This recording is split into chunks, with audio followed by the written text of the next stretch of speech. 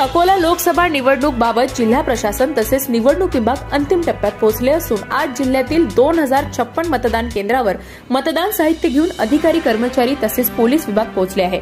उद्या सकाळी 7 वाजतापासून सायंकाळी 6 वाजेपर्यंत मतदानाची प्रक्रिया पार पडणार आहे।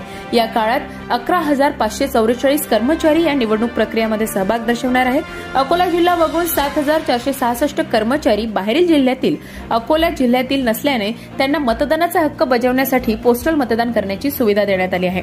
मतदान काळात कोणतीही अनुचित घटना घडू नये याकरिता जिल्ह्यातील सर्व मतदान केंद्रावर 6,101 अधिकारी कर्मचारी तैनात राहणार आहेत।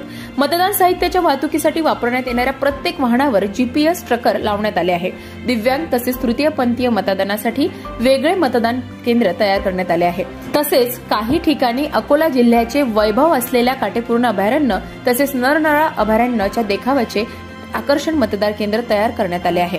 अकोला जिल्ह्यात नागरिकांना स्वीपद्वारे मतदानाची जनजागृती करण्यात आली आहे, तर उद्या ग्रामीण तसेच शहरी भागातील नागरिकांना मतदानाबाबत जनजागृतीसाठी आशा सेवक तसेच इतर कर्मचारी मदत करणार आहे।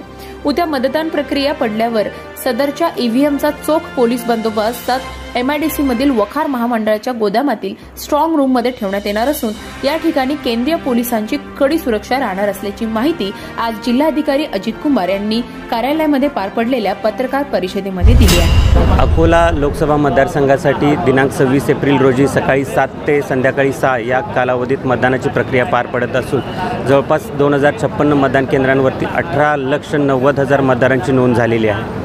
या मतदारांसाठी विविध प्रकारच्या सोयीसुविधा आम्ही मतदान केंद्रांवरती निर्माण केल्या आहेत, ज्याच्यामध्ये पिण्याचं स्वच्छ पाणी असेल, उन्हापासून संरक्षणासाठी सावलीची व्यवस्था असेल, यासोबत मेडिकल किट असेल, दिव्यांग मतदारांसाठी व्हीलचेअर्स असतील, अशा सुविधा उपलब्ध केलेल्या आहेत। त्यासोबतच मॉडेल पोलिंग स्टेशन तयार करून आम्ही महिला मतदार असतील, यूथ मतदार असतील, दिव्यांग मतदार यांनासुद्धा आकर्षित करण्याचा प्रयत्न करत आहोत। गेल्या महिनाभरामध्ये स्वीप ॲक्टिव्हिटीजच्या माध्यमातून आम्ही प्रत्येक मतदारापर्यंत पोहोचण्याचा प्रयत्न केला असून मला निश्चितच आशा आहे की येणाऱ्या मतदानाच्या दिवशी मोठ्या संख्येने अकोला लोकसभा मतदारसंघामध्ये मतदार मतदान करतील आणि ही आकडेवारी 100% पर्यंत